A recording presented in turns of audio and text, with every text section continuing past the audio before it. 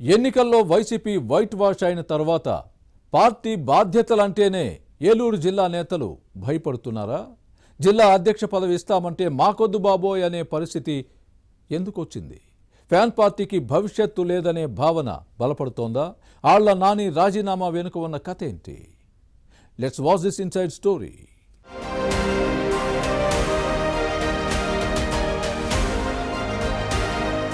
ఏలూరు జిల్లాలో వైసీపీకి షాక్ మీద షాకులు తగులుతున్నాయి. సాధారణ ఎన్నికల్లో పార్టీ ఓటమి తర్వాత నేతలు మెల్లగా జారుకుంటున్నారు. ఈ క్రమంలోనే ఏలూరు మాజీ ఎమ్మెల్యే ఆళ్ల నాని పార్టీకి రాజీనామా చేశారు. పార్టీ ఇన్ఛార్జితో పాటు జిల్లా అధ్యక్షుడిగా కొనసాగారు. ఈయన రాజీనామా వెనుక పెద్ద కథే ఉంది. సాధారణ ఎన్నికల్లో జిల్లాలోని 7 అసెంబ్లీ సెగ్మెంట్లతో పాటు ఏలూరు లోక్సభ స్థానంలో వైసీపీ ఓడిపోయింది. కూటమి సూపర్ విక్టరీ తర్వాత వైసీపీ శ్రేణులు డేలా పడ్డాయి. నేతలంతా సైలెంట్ అయ్యారు. ఇదే పరిస్థితి కొనసాగితే పార్టీ మనుగడ కష్టమనుకున్న హైకమాండ్ జిల్లా అధ్యక్షుడిని మార్చాలని డిసైడ్ అయింది. ఏలూరు జిల్లా అధ్యక్షుడు మాజీ ఉప ముఖ్యమంత్రి ఆళ్ల నాని స్థానంలో కొత్త వారికి అవకాశం ఇవ్వాలని అధినాయకత్వం నిర్ణయించింది. దీనిపై తాడేపల్లి ప్యాలెస్ లో పెద్ద కసరత్తే జరిగింది. ఈ క్రమంలోనే వైసీపీ ప్రాథమిక సభ్యత్వంతో పాటు జిల్లా అధ్యక్ష పదవి, అసెంబ్లీ నియోజకవర్గ ఇన్ఛార్జి పోస్టుకు ఆళ్ల నాని రిజైన్ చేశారు. ప్రత్యక్ష రాజకీయాలకు దూరంగా ఉంటానని ప్రకటించడం వైసీపీలో కలకలం సృష్టించింది. ఆళ్ల నాని రాజీనామా వ్యవహారం పార్టీ అంతర్గత వ్యవహారమని కొందరు సీనియర్లు చెబుతున్నా ఇది అంత లైట్ గా తీసుకునే వ్యవహారం కాదన్నది పొలిటికల్ పరిశీలకుల భావన.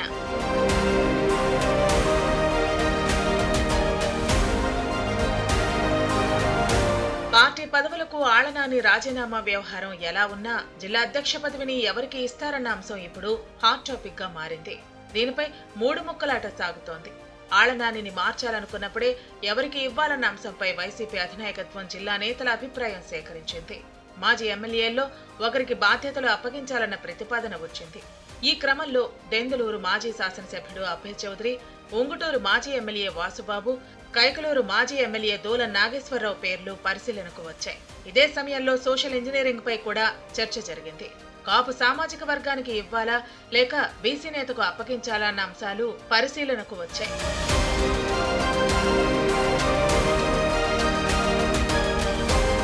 ఒకవేళ మాజీ ఎమ్మెల్యేలు కాకుండా వేరే వారికి ఇస్తే ఎలా ఉంటుందనే అంశాన్ని కూడా పార్టీ నాయకత్వం పరిశీలించింది.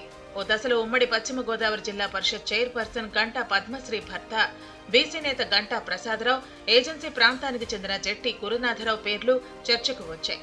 వీరిలో ఎవరిని నియమించాలనే కోణంలో కసరత్తు జరుగుతున్న సమయంలో మాజీ శాసనసభ్యులు అభయ్ చౌదరి, వాసుబాబు జిల్లా అధ్యక్ష పదవి వద్దంటూ తేల్చి చెప్పారు.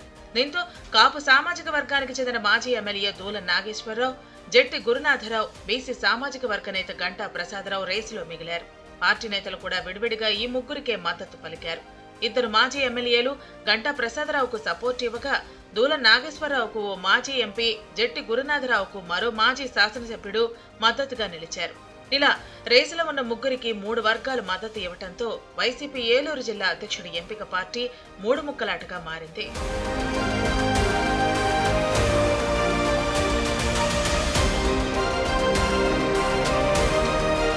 ఈ దశలో బీసీ నేతకు జిల్లా వైసీపీ అధ్యక్ష బాధ్యతలు అప్పగించాలా లేక కాపు సామాజిక వర్గానికి ఇవ్వాలా అనే అంశంపై తాడేపల్లి ప్యాలెస్ లో భారీ కసరత్తు జరిగింది.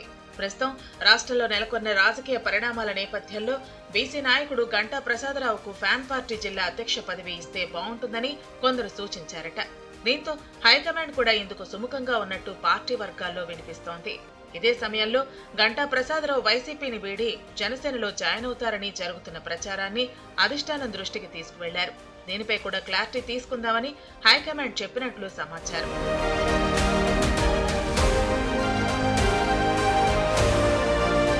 ఇక బీసీలకు కాకుండా కాపు సామాజిక వర్గానికి ఇవ్వాల్సి వస్తే మాజీ ఎమ్మెల్యే దూలం నాగేశ్వరరావు లేదా పార్టీ సీనియర్ నేత జట్టి గురునాథరావుకు అవకాశం ఉందని లోకల్ టాక్. జట్టి గురునాథరావు గతంలో కాంగ్రెస్ జిల్లా అధ్యక్షుడిగా పనిచేశారు. ఆ తర్వాత వైసీపీలో చేరారు. ఈయన అనుభవం పార్టీకి ఉపయోగపడుతుందని కొందరు భావిస్తున్నారు. మరోవైపు దూలం నాగేశ్వరరావుకు జిల్లా అధ్యక్ష బాధ్యతలు అప్పగించడమే మంచిదనే వాదాన్ని కొందరు వినిపిస్తున్నారు. ఈ క్రమంలోనే ఆళ్ల నాని వైసీపీకి రాజీనామా చేశారనే చర్చ సాగుతోంది. వైసీపీ ఏలూరు జిల్లా అధ్యక్ష పదవిపై సాగుతున్న 3